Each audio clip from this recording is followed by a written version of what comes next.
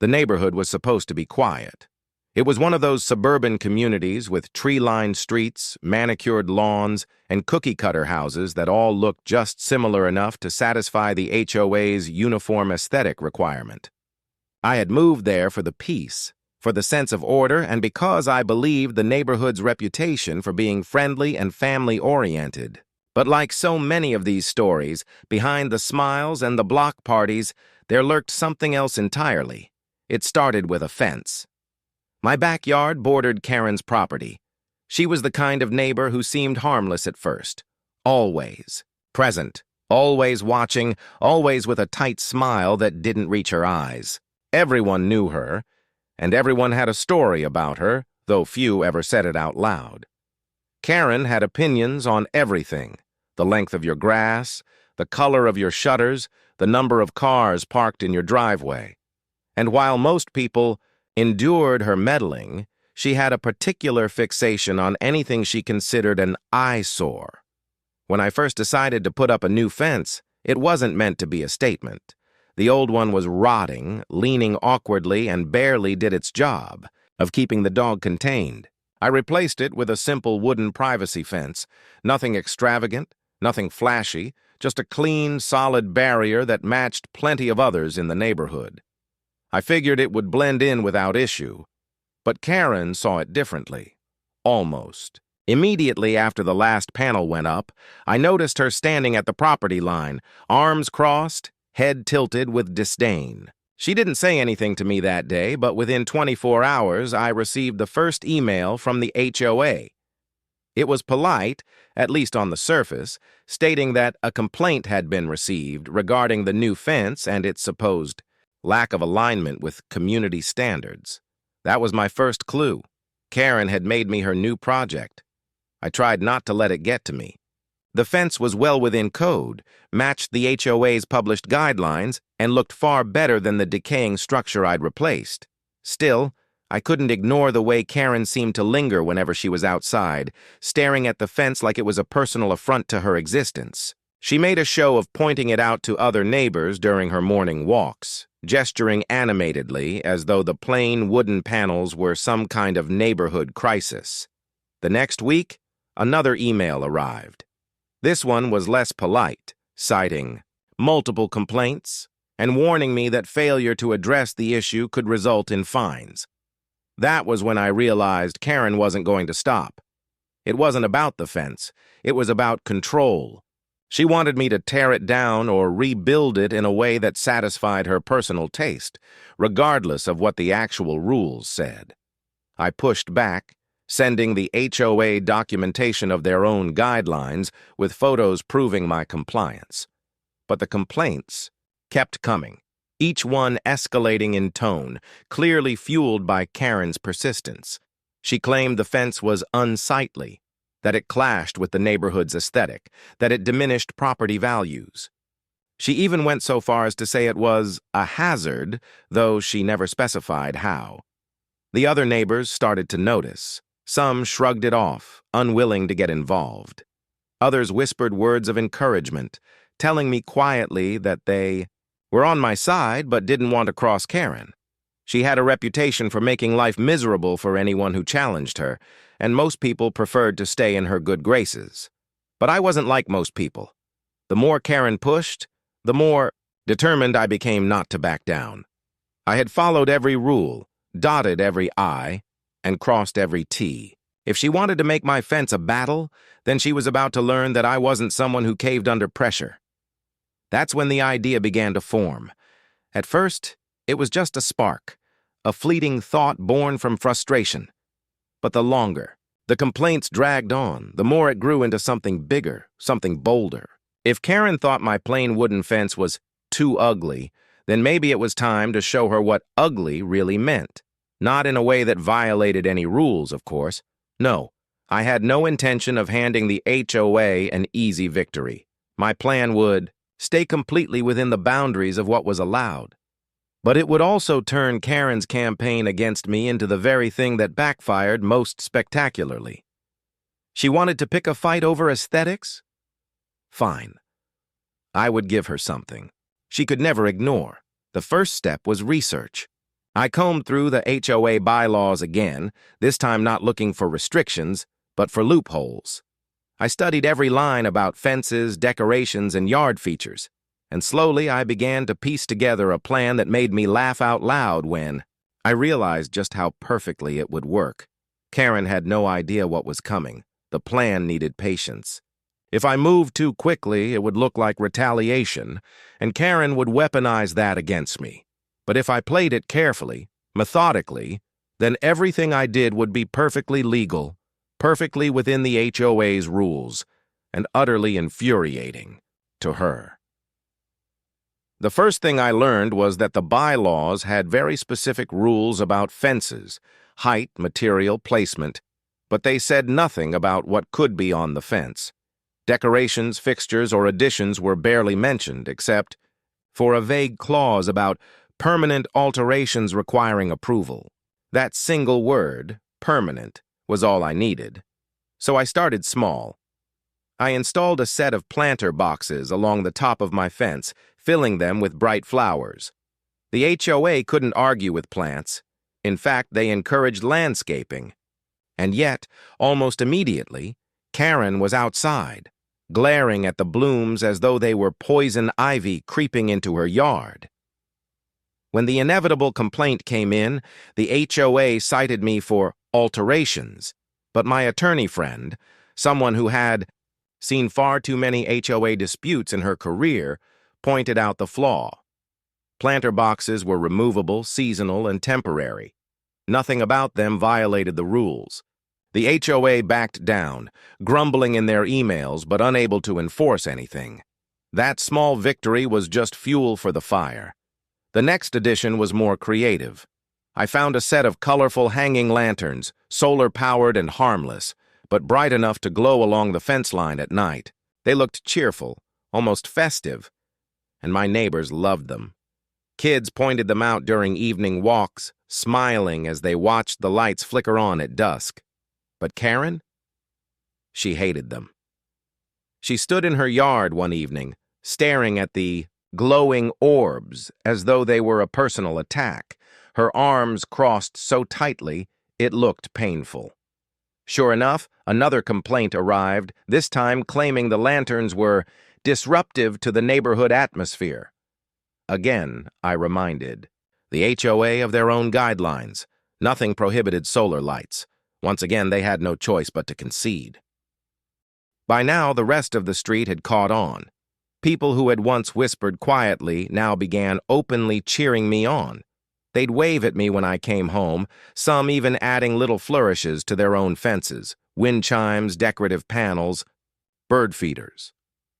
What had begun as Karen's crusade was quickly turning into a neighborhood movement. But I wasn't done. Not even close.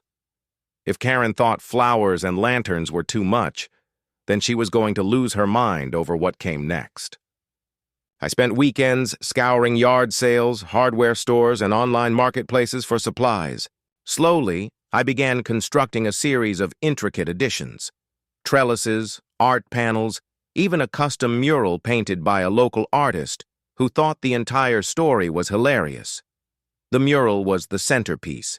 It stretched across one long panel of the fence facing my yard, so it was technically for my enjoyment. It depicted a whimsical garden scene full of exaggerated flowers, cartoon birds, and bright colors. It was playful, harmless, and utterly within the rules, and yet Karen could see just enough of it from her yard to know it existed. She tried to photograph it as evidence for the HOA, but every angle she managed made it obvious that the art was on my side of the fence, not hers. The HOA once again had no grounds to act, no matter how many fiery emails she sent demanding action.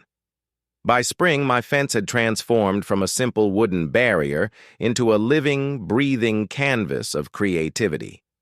Vines crept up trellises, lights sparkled at night, planters overflowed with greenery. Neighbors stopped by just to admire it, snapping photos and complimenting the work. What Karen had called ugly had become one of the highlights of the block, and the more attention it received, the angrier she became. One afternoon, I watched from my window as she stormed up to the HOA president, gesturing wildly toward my yard. Her face was red, her words sharp, but the president only shook his head, holding up a hand as though to quiet her rant. She had pushed too hard, too often, and even the board was beginning to lose patience with her. That was the moment. I realized the balance of power had shifted. Karen had started this war believing she could use the HOA as her personal weapon, but now her constant complaints were turning her into a nuisance not just for me, but for the entire board. And I wasn't even finished building yet, because the next phase of my plan wasn't just about my fence, it was about the entire backyard. If Karen thought she could control what I built, she was about to learn that her obsession had inspired me to create something so big, so bold, that it would make every single one of her complaints look ridiculous. The fence had been the spark. The backyard project was going to be the fire. The fence had done its job. It set the stage, rallied the neighbors, and exposed Karen's relentless obsession for what it really was. But now it was time for something bigger. I didn't just want to irritate her. I wanted to build something so undeniably impressive that her complaints would collapse under their own weight. That meant turning my backyard into a masterpiece. The idea came to me during one of my late-night research sessions, combing through landscaping blogs and outdoor living design guides. I realized that while the HOA had strict rules about fences and house exteriors, they had surprisingly little oversight over backyard projects, provided they didn't exceed height restrictions or require permanent structural permits. Patios, pergolas, gardens, even water features. All of it was fair game. So I sketched out a plan. What started as a doodle on scrap paper quickly grew into pages of layouts, tiered flower beds, raised vegetable gardens, a pergola draped in vines, a koi pond with a small waterfall and string lights crisscrossing overhead. My vision wasn't just a yard, it was an oasis. A place neighbors could enjoy, a space for gatherings, and above all, a permanent reminder to Karen that her attempts to control me had only inspired creativity. I started with the gardens. Truckloads of soil arrived, and over a few weekends, I built raised beds, filling them with herbs, vegetables, and flowers. The scent of fresh soil and blooming plants quickly replaced the dull, lifeless strip of grass that had once occupied the space. My neighbors were thrilled. Some even offered to contribute seedlings, turning the project into a collaborative effort. Children came by to help plant, their tiny hands digging in the dirt, giggling as they dropped seeds into place. Karen, of course, hated every second of it. She would stand in her yard, hands on her hips, pretending to trim her bushes while glaring at the progress on mine. When the first row of bright tulips bloomed, I caught her shaking her head in disgust as if flowers were somehow offensive. Next came the pergola. I ordered a kit, recruited a few friends, and spent a long Saturday piecing it together. By evening, the frame stood tall, sturdy, and elegant, with climbing vines already planted at its base to grow upward and wrap around the beams. The structure was completely within the guidelines, under the height limit, set back from the fence. No permanent foundation. The HOA couldn't touch it, no matter how many times Karen emailed them. The complaints came anyway. She claimed the pergola was unsightly, that it blocked her view of the sky, that it would attract pests. Each one was promptly dismissed, but the pièce de résistance was the water feature. I had always wanted a pond, something tranquil with the sound of running water. Installing it wasn't easy. I dug deep into the earth, lined it with stone, installed pumps, and added a cascade of rocks to form a gentle waterfall. The first time the water flowed, bubbling and sparkling in the sunlight, I knew I had created something special. The pond quickly became the jewel of the backyard. Goldfish darted beneath the surface, lilies floated on top, and the gentle sound of trickling water carried through the air. Neighbors came to see it, marveling at how quickly the yard had transformed. Some even asked if I'd consider hosting. A neighborhood barbecue or garden tour once it was complete. Karen, however, was livid. She stormed around her yard, snapping photos over the fence, muttering under her breath loud enough for me to hear from across the property line. When the HOA ignored her latest round of complaints, she escalated by calling the city inspector. But the inspector, after a quick walkthrough, confirmed what I already knew. Everything was perfectly legal. That visit backfired spectacularly. The inspector actually complimented the work, pointing out how well it was constructed and how it improved the property. Karen's face when she overheard that praise was something I'll never forget, frozen between outrage and disbelief. By summer, the backyard was fully transformed. A pergola draped in greenery, raised gardens bursting with life, a sparkling pond with fish and flowers, and string lights that glowed softly at night. What Karen had once derided as ugly had become a showpiece, something that drew admiration from every corner of the neighborhood. And that was when the shift happened. Neighbors began to distance themselves from Karen. They were tired of her constant negativity, her endless complaints, her need to control everything. Meanwhile, they flocked to my yard, eager to see the progress, to share a glass of lemonade under the pergola, or to sit quietly by the pond. My project had done more than frustrate Karen. It had united the community in a way she never could. But Karen wasn't finished. No, her pride wouldn't let her lose quietly. She doubled down, launching a campaign to have the HOA rewrite its bylaws to limit what homeowners could build in their backyards. She held meetings, handed out flyers, and tried to recruit allies. Only this time, the neighborhood wasn't listening. Her voice grew louder, more desperate, as mine grew quieter, steadier, carried by the results of my work. Karen had picked this fight, but she didn't realize it had already spun out of her control. Because while she obsessed over rules and restrictions, I was building something lasting, something beautiful, something that made her anger look smaller every day. And soon, that difference would reach a breaking point. By midsummer, my backyard had become the crown jewel of the neighborhood. Children played near the pond, neighbors sipped iced tea beneath the pergola, and families took evening strolls just to admire the gardens spilling over with color. What Karen had once dismissed as ugly now stood as a source of pride for nearly everyone around, nearly everyone except her. Karen could not stand it. She had failed to have my projects shut down through the HOA, failed to catch me on violations, and even failed to win sympathy from the city inspector. But Karen wasn't the type to retreat quietly. She thrived on control, and my victory had shredded her illusion of authority. So instead of backing down, she escalated. The HOA became her battleground.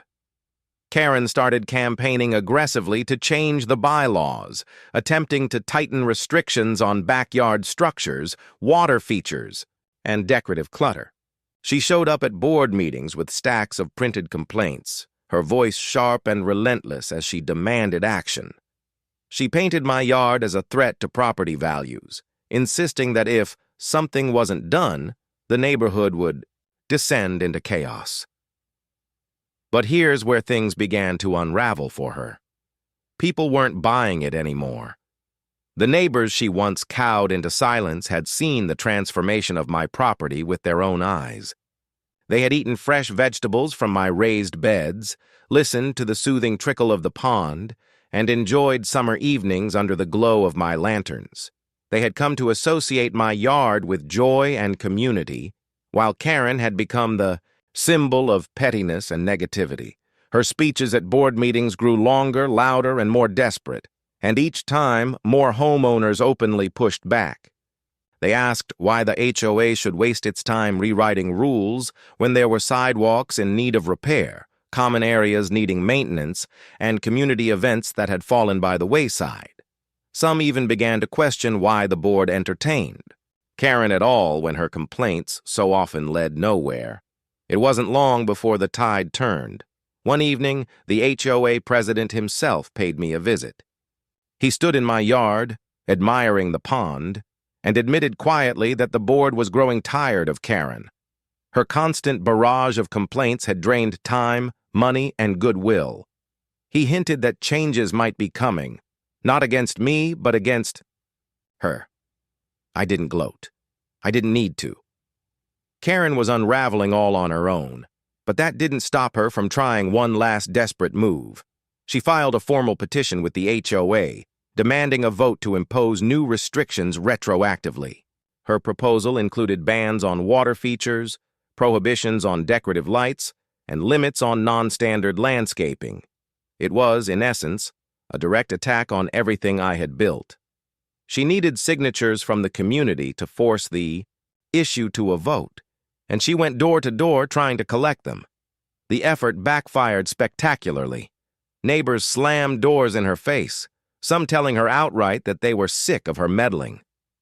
A few even signed a counterpetition, calling for the board to review her pattern of harassment.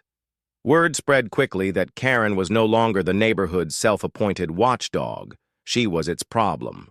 The rejection only fueled her bitterness.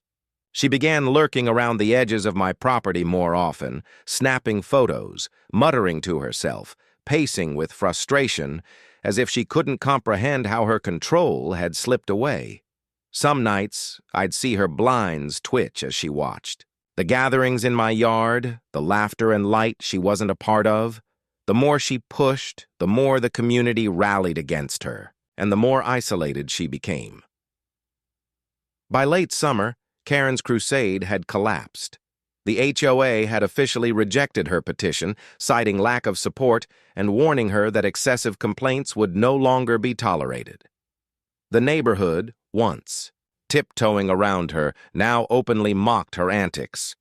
Where she had once wielded fear, she now carried only resentment, but even in defeat, she clung to her obsession. She wasn't finished. Not yet. Because Karen wasn't just angry about my fence or my backyard anymore. She was angry about the spotlight, about the way the neighborhood had shifted its gaze from her authority to my creation. And when people like Karen lose their power, they don't disappear quietly. They lash out. Karen had lost the HOA. She had lost the neighbors, but instead of backing away gracefully, she did what people like her always do when the spotlight drifts from there. Control, she lashed out. At first it was small, petty sabotage. I'd wake up to find one of my flower beds mysteriously trampled, soil scattered across the grass. A few of my solar lanterns vanished overnight, only to reappear days later tossed carelessly into the ditch at the end of the street. The pond's pump mysteriously stopped working one morning, and when I inspected it, I discovered it had been unplugged. None of these things were accidents. Of course, Karen denied everything. She carried on her daily routine, waving stiffly at other neighbors, feigning innocence. But the truth was written all over her face. Her movements were too deliberate. Her presence near my yard too constant. Cameras became my answer. I installed motion-activated lights and discrete security systems around the property, recording every corner. And sure enough, it didn't take long for the evidence to appear. One night, around 2 a.m., the footage captured her slipping into my yard. She wore dark clothing, hood pulled up, as if that could disguise her distinctive gait. She crept along the fence line, carrying a pair of shears, and began snipping at the vines I had so carefully trained up the trellis. The camera caught every second, from her scowl to the satisfaction on her face as she tossed the cuttings onto the ground. That was the turning point. When I shared the footage with the HOA board, their response was immediate. No longer able to ignore her behavior, they issued Karen a formal warning for trespassing and property damage, reminding her that further incidents could lead to legal consequences. For someone who had built her reputation on enforcing rules, the irony was almost too much to bear. But instead of humbling her, the warning seemed to send her spiraling further. Neighbors reported seeing her pacing the street late at night, phone pressed to her ear as she ranted to whoever would listen. She cornered residents on their lawns, demanding to know why they weren't supporting her crusade. Some described her eyes as wild, her words rushed and desperate, as though she could feel her grip on the neighborhood slipping through her fingers. And then came the breaking point. One sweltering afternoon, while a small group of us were gathered under the pergola enjoying lemonade, Karen stormed into my yard uninvited. Her voice shook with fury as she pointed at the pond, at the gardens, at the mural on my fence. Though her words were loud, they were incoherent, a jumble of accusations and grievances that made little sense anymore. Neighbors pulled out their phones, recording everything, and that was Karen's undoing. The videos spread quickly through the community, capturing her meltdown in vivid detail. What little support she might have still had evaporated overnight. The HOA called an emergency meeting to address her behavior, and for the first time, the conversation wasn't about me or my fence. It was about her. Petitions circulated. This time not for restrictions on backyards, but for Karen's removal from the HOA committee entirely. Even her closest acquaintances signed, weary of her endless drama. Within a week, the board voted to strip her of any formal influence, citing her harassment, trespassing, and public disturbances as grounds. Karen had officially fallen, but defeat only made her more dangerous. Isolated and humiliated, she doubled down on her vendetta. Rumors spread that she was considering legal action against me personally, though everyone knew such a case would be laughable. She left passive-aggressive notes in neighbors' mailboxes, warning them that they would regret siding with the wrong person. And yet, despite all of her bluster, it was clear she no longer held power. The neighborhood had turned against her. The HOA had distanced itself. The cameras ensured she could never act in secret again. She was alone. Still, I knew better than to celebrate too soon. People like Karen don't simply fade away, they implode. And when they do, they often take one last reckless swing on their way down. The question wasn't if Karen would strike again. It was when. The first hints of fall brought a crispness to the air. Leaves turned gold and red, drifting across the street in swirling patterns. The neighborhood seemed calmer now. Lighter, even as though Karen's loss of influence had lifted an invisible weight. Families decorated for autumn, children played in leaf piles, and gatherings in my backyard became more frequent, more joyful. But beneath that peace, I could still feel the storm brewing. Karen had gone quiet. Too quiet. After her public meltdown, and the board's decision to strip her of authority, she vanished from view. Her blinds stayed closed, her car rarely moved, and she no longer stormed into meetings or patrolled the block with her clipboard. Some thought she had given up, but I knew better. People like Karen don't retreat, they plot. And I was right. It happened on a chilly October night. I had just finished hosting a small get-together under the pergola, the lanterns casting a warm glow as laughter echoed into the evening. As the last guests drifted home, I did my usual check around the yard. That's when I noticed the smell. Sharp, acrid, unmistakable. Smoke. I rushed toward the fence, heart pounding. There, smoldering in a pile of leaves against the wood, was the start of a fire. Someone had lit it deliberately. The flames were small but left unchecked. They could have spread quickly through the dry vines climbing the panels. Thanks to the cameras, there was no mystery about who had done it. The footage was crystal clear. Karen, hood pulled up again, crouching at the edge of my fence with a lighter in her hand. This was no longer petty sabotage. This was dangerous, criminal. I called the authorities immediately. By the time officers arrived, the fire was fully out, but the evidence remained. The footage was undeniable, the motive obvious. Karen was arrested that very night, her protests shrill and desperate as she was led away. The neighborhood watched from windows and porches, stunned but not surprised. The aftermath was swift. Charges were filed, and though she didn't serve significant time, the court mandated counseling, fines, and a restraining order keeping her away from me and my property. For someone who had built her life around policing others, it was the ultimate humiliation. Her house went dark after that. No decorations for Halloween, no holiday lights, no gatherings.